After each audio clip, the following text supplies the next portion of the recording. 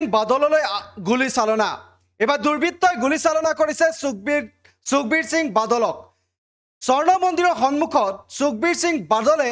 নিয়মীয়াভাৱে যি ধৰণে তেওঁ পূজা পাতল কৰে যি ধৰণে তেওঁ পূজা অৰ্চনা কৰে সেইমতে তেওঁ প্ৰতিদিনাই যোৱাৰ দৰে আজিও গৈছিল আৰু পুৱাৰ ভাগতে দুৰ্বৃত্তই গুলি চালনা কৰিছে সুখবীৰ সিং বাদললৈ আকালি দলৰ নেতা সুখবীৰ সিং বাদললৈ গুলি চালনা কৰা দৃশ্য আমি ইতিমধ্যে ভিডিঅ' দেখুৱাইছো এইগৰাকী সুখবীৰ সিং বাদল আৰু সুখবীৰ সিং বাদললৈ এনেধৰণে দুৰ্বৃত্তই গুলি চালনা কৰিছে এই মুহূৰ্তত দৃশ্যটো দেখুৱাইছো পুৱাৰ ভাগত তেওঁ পূৰ্বে যোৱাৰ দৰে প্ৰতিদিনে যোৱাৰ দৰে তেওঁ নিজৰ নৈমিত্তিক যিখিনি পূজা অৰ্চনাৰ কাম সেইভাবে গৈছিল আৰু তাৰ পাছত সুখবীৰ সিং বাদললৈ গুলি চালনা এই ধৰণে গুলি কৰাৰ লক্ষ্য কৰি লৈছিল দুৰ্বৃত্তটোৱে কিন্তু সুখবীৰ সিং বাদলৰ লগত থকা যিগৰাকী তেওঁ নিৰাপত্তাৰক্ষী আৰু নিৰাপত্তাৰক্ষী প্ৰচেষ্টাত সুখবীৰ সিং বাদল ৰক্ষা পৰে আৰু এই মুহূৰ্তত দৃশ্য আমি দেখুৱাইছো পঞ্জাবৰ স্বৰ্ণ মন্দিৰ অমৃতসৰৰ স্বৰ্ণ মন্দিৰৰ সন্মুখৰ দৃশ্য আৰু স্বৰ্ণ মন্দিৰৰ সন্মুখত এনেধৰণে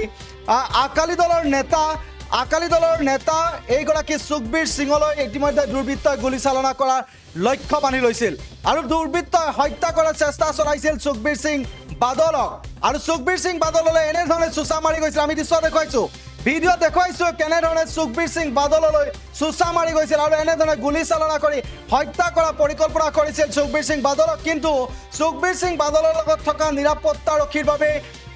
ৰক্ষা পৰে সুখবীৰ সিং বাদল ইতিমধ্যে আকালি দলৰ নেতা সুখবীৰ সিং বাদললৈ গুলি চালনা কৰা দুৰ্বৃত্ত ইতিমধ্যে খালিস্তানী নেতা বুলি ইতিমধ্যে সন্দেহ কৰিছে নাৰায়ণ সিং নামৰ এগৰাকী লোকৰ পৰা এটা বন্ধুকো উদ্ধাৰ কৰাৰ কথা ইতিমধ্যে কৈছে আমি দৃশ্যটো দেখুৱাইছো এয়া অমৃতসৰৰ স্বৰ্ণ মন্দিৰৰ দৃশ্য আৰু এনেধৰণে মন্দিৰৰ সন্মুখতো ইতিমধ্যে এনেধৰণে দুৰ্বৃত্ত ঘূৰি ফুৰিছে আৰু দুৰ্বৃত্তই মাৰণাস্ত্ৰলৈ এগৰাকী আকালি দলৰ নেতা সুখবীৰ সিং বাদলক হত্যা কৰাৰ চেষ্টা চলাইছিল আমি দৃশ্যটো পুনৰ দেখুৱাইছো কেনেধৰণে স্বৰ্ণ মন্দিৰৰ সন্মুখত কি পৰিস্থিতিৰ সৃষ্টি হৈছিল কেনেধৰণে দুৰ্বৃত্তই এইগৰাকী সুখবীৰ সিং বাদলক গুলিয়াই হত্যা কৰাৰ চেষ্টা চলাইছিল সুখবীৰ সিং বাদললৈ কেনেধৰণে লক্ষ্য কৰিছিল সুখবীৰ সিঙৰ যিগৰাকী নিৰাপত্তাৰক্ষী আৰু সেই নিৰাপত্তাৰক্ষীৰ বাবে সুখবীৰ সিং বাদল ইতিমধ্যে ৰক্ষা পৰে আমি দৃশ্যটো পুনৰ দেখাইছো স্বৰ্ণ মন্দিৰৰ ইতিমধ্যে এয়া অমৃতসৰৰ যি স্বৰ্ণ মন্দিৰ আছিল আৰু স্বৰ্ণ মন্দিৰৰ দৃশ্য পুৱাৰ ভাগত এনেধৰণে পূজাৰ বাবে ওলাই গৈছিল এইগৰাকী সুখবীৰ সিং বাদল আৰু তাৰ পাছত সুখবীৰ সিং বাদলক গুলিওৱাৰ লক্ষ্য কৰি লৈছিল এইগৰাকী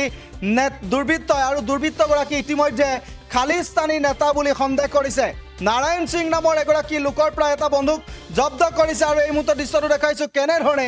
এইধৰণে আচলতে স্থানীয় লোকৰ তৎপৰতাত ইতিমধ্যে এইগৰাকী দুৰ্বৃত্তক ধৰি